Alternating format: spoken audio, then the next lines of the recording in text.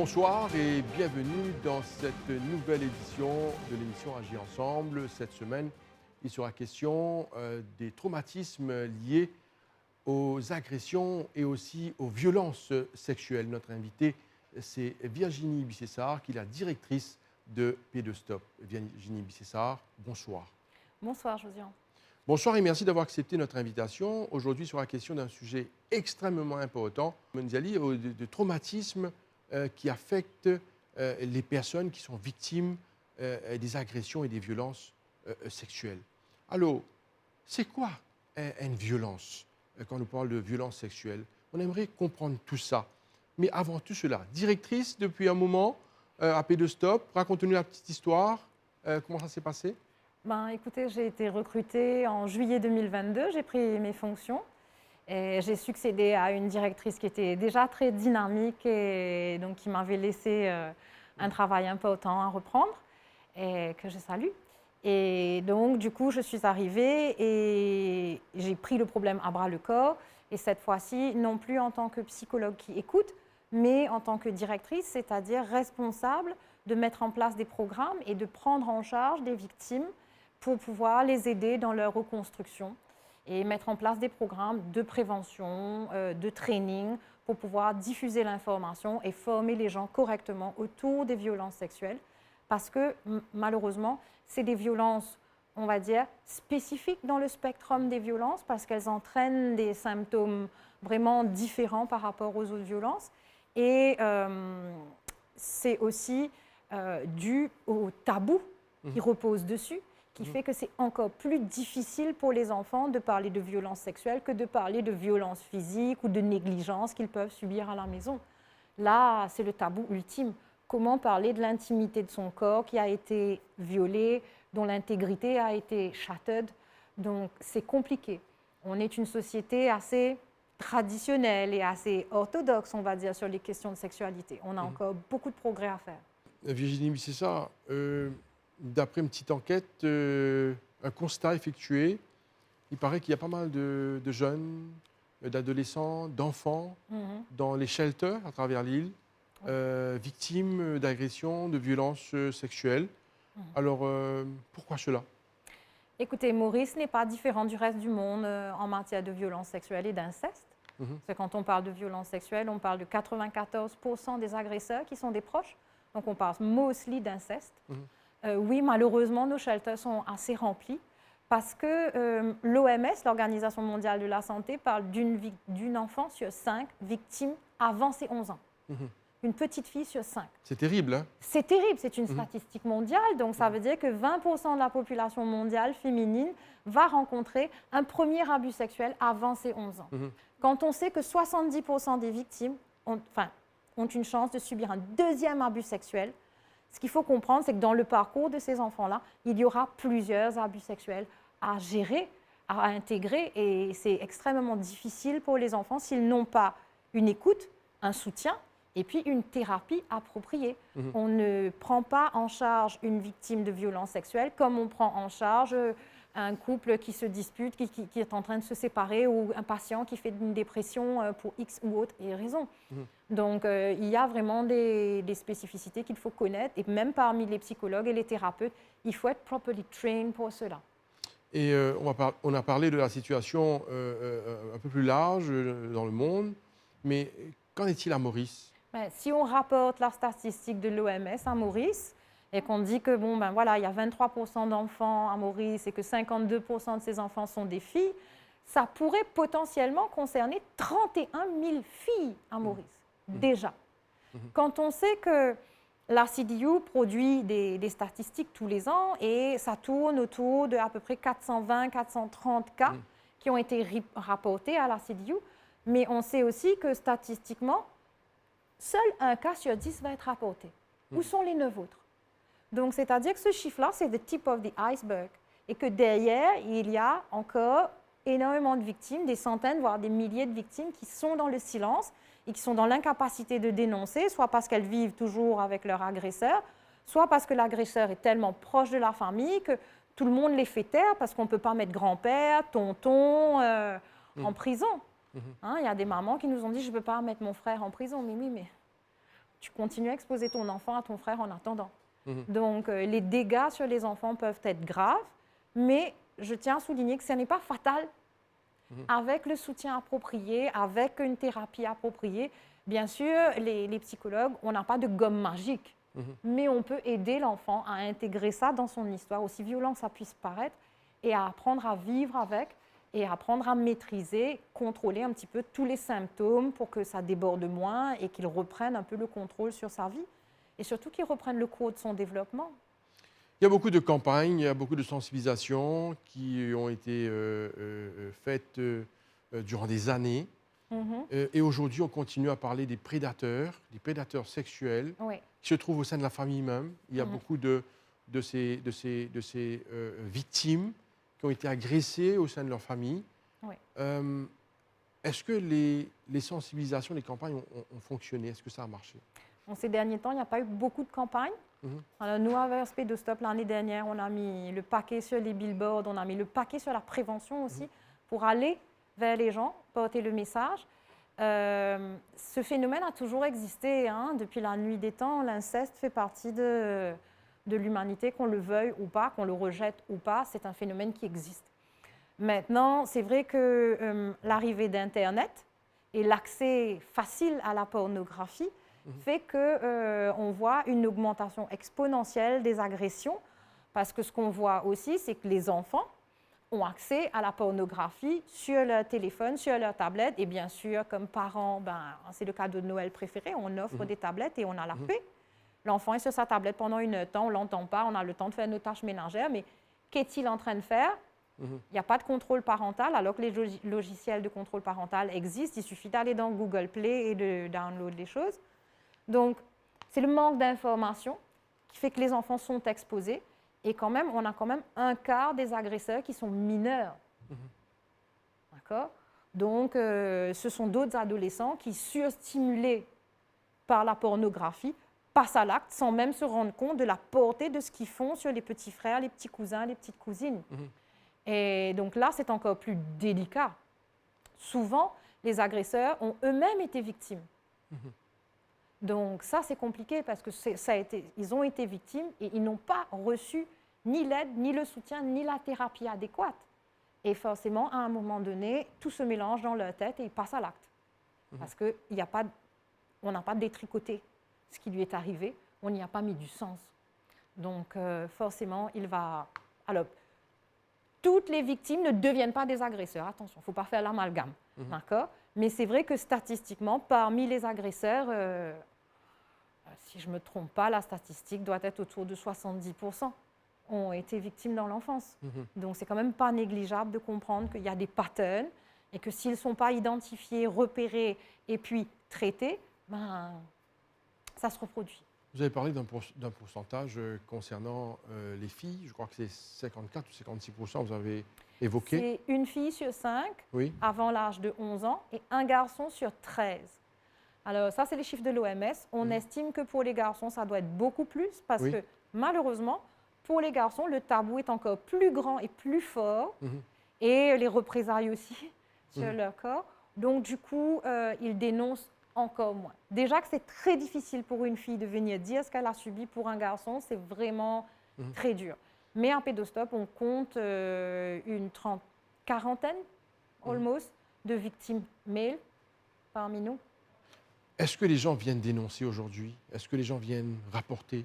Est-ce qu'il y a plus? Est-ce que ce sujet tabou qu'on est en train de faire état, de mentionner, est-ce que ça a évolué? Alors, ça a évolué un tout petit peu, c'est-à-dire qu'on voit que les dénonciations et les plaintes augmentent. Donc, les gens se sentent un peu plus à l'aise de pouvoir dénoncer. Mais, comme on vous dit, 9 cas sur 10 n'est pas rapporté. Ce qui est difficile pour la victime, il y a 2 temps qui sont extrêmement difficiles. C'est d'abord la procédure, parce que quand on est mineur, allons prendre le cas d'une petite fille qui a 7 ans et que le tonton a fait des attouchements sur elle lors du déjeuner du dimanche. Quand les parents l'accompagnent, déjà, ils ne savent pas que c'est uniquement dans les stations de la brigade de la protection de la famille que ces plaintes-là sont prises. Donc, ils vont débarquer dans n'importe quelle station et là, on va leur dire, ce n'est pas chez nous, c'est chez nos confrères de la brigade de la protection. Il faut reprendre un transport, aller à la brigade. porter plainte. Ça prend des heures parce que l'enfant est petit, il ne se rappelle pas bien de tout. Il y a un phénomène qui s'appelle la dissociation pendant l'agression qui fait que l'enfant se retire un peu à l'intérieur et du coup, forcément, les souvenirs sont beaucoup plus flous. Or, dans les plaintes, tout doit être extrêmement précis. Donc, c'est compliqué pour un enfant de se rappeler de tout, surtout si ça fait plusieurs agressions et que ça fait des années que ça dure. Donc, c'est déjà une étape difficile. Ensuite, il y a un examen médical. Donc, si l'agression est assez récente, il faut que l'examen médical se fasse tout de suite. Donc, pour les parents, c'est encore prendre un autre transport, aller à l'hôpital, attendre le médecin légiste, qui n'est pas forcément disponible tout de suite. Un autre examen pour cet enfant-là, encore se montrer devant un homme, parce qu'on a une seule médecin légiste femme à Maurice, donc appel aux autres femmes médecins légistes, s'il vous plaît, on a besoin de vous. Et donc, c'est très compliqué pour une petite fille, vous imaginez, de devoir vivre tout ça dans la même journée. Et par la suite, si elle n'est pas en danger chez elle, cette petite fille va avoir rendez-vous avec les psychologues de la CDU et les officiers, et le dossier va être monté de l'autre côté. Donc, ces trois instances-là, c'est-à-dire la police, l'hôpital et la CDU, collaborent très peu. Donc, par exemple, à l'étranger, on a des one-stop shops qui s'appellent des instituts médicaux légaux où l'enfant et la famille n'ont pas besoin de faire les 12 travaux d'Astérix, de se rendre à pied à droite, à gauche. Pour vous donner un exemple, dans le nord, la station de la BPF est à Piton, la CDU est à Goodlands et l'hôpital est à SSA. Donc, pour la famille, là, ils sont déjà traumatisés, c'est compliqué. Donc, si on pouvait avoir des endroits qui centralisent tous ces services-là et qu'ils puissent aussi faciliter la collaboration entre ces services, qu'ils puissent avoir des réunions inter-services sur ces cas-là, échanger les informations pour que la prise en charge soit de plus en plus smooth et de moins en moins traumatisante pour l'enfant parce que à chaque étape, il va devoir répéter ce qui lui est arrivé. Et quand on demande à un enfant de répéter, on le replonge dans cet instant. Donc, c'est des sensations qui reviennent dans le corps, c'est les images qui se bousculent dans la tête. Donc, vous imaginez pour un enfant de revivre ça à répétition dans la procédure, c'est épuisant. C'est épuisant. À l'étranger, par exemple, on va prendre l'exemple de la France, ils ont la procédure Mélanie. L'enfant est filmé pendant sa déposition. Et c'est ce film qui va servir à tous les autres professionnels pour que l'enfant n'ait pas à répéter. Et donc, on peut aussi analyser son body language pendant la vidéo, le recording. Il y a beaucoup d'éléments qui peuvent ressortir. Il y a des jouets dans la salle, etc. Ici, on n'a pas encore de child-friendly rooms dans les BPF. Je sais que les officiers, par eux-mêmes, se sont débrouillés pour trouver des pots de peinture et d'essayer de rendre ça un petit peu moins froid. Mais il manque énormément de moyens. Aucun budget n'a été identifié pour ça. Et du coup, il manque de formation aussi parce que parfois, on a des victimes qui ont 2 ans, 3 ans. Terrible. Et qui n'ont pas encore un langage suffisamment développé, une pensée suffisamment développée pour expliquer en détail. Mais est-ce que ces enfants-là aussi subissent On a vu des victimes en couche, Monsieur Valère. D'accord? Il n'y a pas d'âge, il n'y a pas de couleur, il n'y a pas de race, il n'y a pas de religion, il n'y a pas de milieu socio-économique. À Pédostop, on a aussi bien des victimes filles de CEO que des victimes filles de laboureurs. D'accord? Ce n'est pas une communauté qui fait plus que les autres. Ça, il faut retirer ces stéréotypes-là et être clair dessus. Ça concerne tout le monde. Vraiment. Là, vous choquez tout le monde en parlant de l'âge de ces victimes, 2 ans, 3 ans. Et ces enfants-là aussi doivent subir, par exemple, des interrogatoires, tout ça. Et c'est extrêmement difficile pour les policiers d'interroger un enfant aussi petit qui va parler en parabole avec ses mots à lui. On a une victime qui a 3 ans et demi qui nous parle de la grosse fourmi qui la pique tous les soirs. Elle dessine des vulves et elle montre à sa prof à la maternelle « la grosse fourmi me pique là, ça fait mal ». Comment vous prenez une plainte comme ça? Parce que ce qu'il faut penser aussi, c'est que cette plainte-là, elle va arriver en cours à un moment donné et en face, l'agresseur va prendre un cadeau du barreau qui, dès la petite discrepancy entre le testament, le statement de l'enfant et le témoignage à la cour, va démonter l'enfant en disant, ben voilà, il ne se souvient pas, donc sa parole n'est pas fiable Et 97% des cases en cours sont ruled benefit of the doubt. Qu'est-ce qu'on envoie comme message aux victimes? 97% d'entre vous, on n'est pas trop sûr que vous dites la vérité, donc on va laisser monsieur sortir et continuer à agresser d'autres enfants. Dans le doute, c'est compliqué. Donc, c'est vrai qu'on a une nouvelle loi depuis 2022. On a enfin un Children's Court où, quand les enfants témoignent, ils ne sont pas exposés à leur agresseur. Enfin, on a compris. Mais il y a la loi et l'esprit de la loi. Il y a maintenant 6 magistrats dedicated au Children's Court. À eux de comprendre que la preuve n'est pas toujours matérielle. Un attouchement ne laisse pas de traces sur le corps d'un enfant, mais il laisse des traces dans le psychisme de l'enfant. Et on va retrouver des preuves dans le trauma. Et ça, il faut avoir des psychologues formés, qualifiés, qui puissent évaluer un trauma et rendre un rapport cohérent pour que ça puisse soutenir la parole de cet enfant-là et non pas un rapport high level, très vague, ou que l'avocat de la défense, enfin l'avocat de l'accusé va démonter en 2 minutes. De retour sur le plateau de l'émission Agir ensemble. Notre invitée, c'est Virginie Bissessart, qui est la directrice de P2 Stop.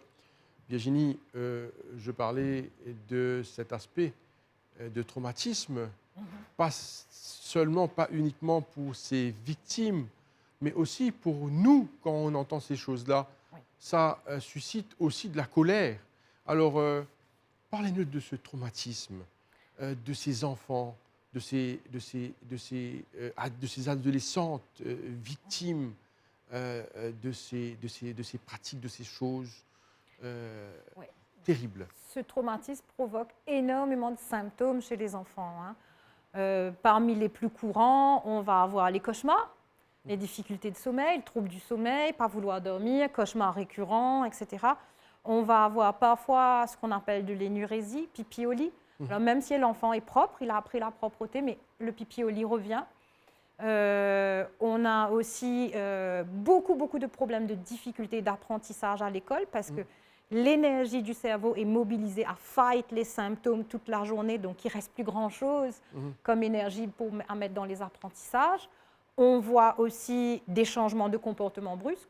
Donc, soit l'enfant est hyper outgoing alors que ce n'est pas tout à fait sa nature, ou alors il devient super renfermé alors que c'est un enfant qui est très sociable. Bref, il y a un changement de comportement. On observe aussi de l'hypervigilance. C'est des enfants qui sursautent beaucoup. C'est des enfants qui n'aiment pas qu'on s'approche trop près de leur corps et de leur espace vital, qu'on touche le contact, c'est compliqué. Donc, tout cet ensemble de symptômes vient nous permettre de poser une hypothèse, parce que tant que l'enfant ne le dit pas, on ne peut pas deviner par magie. On a des enfants qui ne peuvent peut-être pas dire avec des mots, mais avec des dessins. On a des enfants qui dessinent des sexes, des vulves, des pénis, et qui donnent aux maîtresses, donc les maîtresses d'école, tous ces professionnels qui travaillent autour des enfants, les social workers, etc., y compris les parents, parce qu'ils ne sont pas toujours des agresseurs, les parents. On a le devoir d'être vigilant à tous ces petits signes et ces petits changements.